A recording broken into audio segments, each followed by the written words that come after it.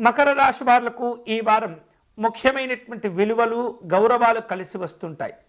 క్రమశిక్షణతో మీరు పనిచేయటం ద్వారా అనేకమైనటువంటి ప్రయోజనాలు కూడా పొందుతూ ఉంటారు. వివిధ రూపాల్లో మీరు ఎదుర్కొంటూ ఉన్నటువంటి ఆస్తి వివాదాలను కూడా ఈ వారం మీరు అధిగమించగలుగుతారు. ఆర్థిక స్థితిగతులు గత వారం కంటే మెరుగయ్యేటటువంటి పరిస్థితులు కనిపిస్తున్నాయి. వివిధ రూపాల్లో ఆధ్యాత్మిక దైవచింతన కార్యక్రమాల్లో పాల్గొంటూ ఉంటారు. విద్యార్థుల్లో పట్టుదల పెరుగుతూ ఉంటుంది. చిన్ననాటి స్నేహితులను కలుసుకునేందుకు తీవ్రంగా ప్రయత్నాలు చేస్తుంటారు.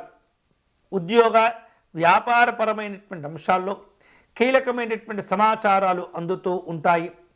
కుటుంబ పెద్దల యొక్క ఆరోగ్య విషయాల్లో జాగ్రత్తలు తీసుకుంటూ ఉండాలి. అలాగే మీరు చేపట్టేటటువంటి పనులకు మీ కుటుంబ సభ్యులు అన్ని విధాలుగా సహకరించగలుగుతూ ఉంటారు. విలువైనటువంటి వస్తువులు కొనుగోలు చేసేందుకు ప్రయత్నాలు చేస్తుంటారు.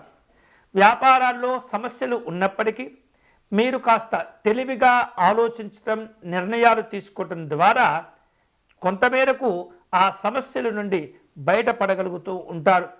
వివిధ రూపాల్లో చిక్కులు చికాకులు ఇబ్బంది పెడుతూ ఉంటాయి.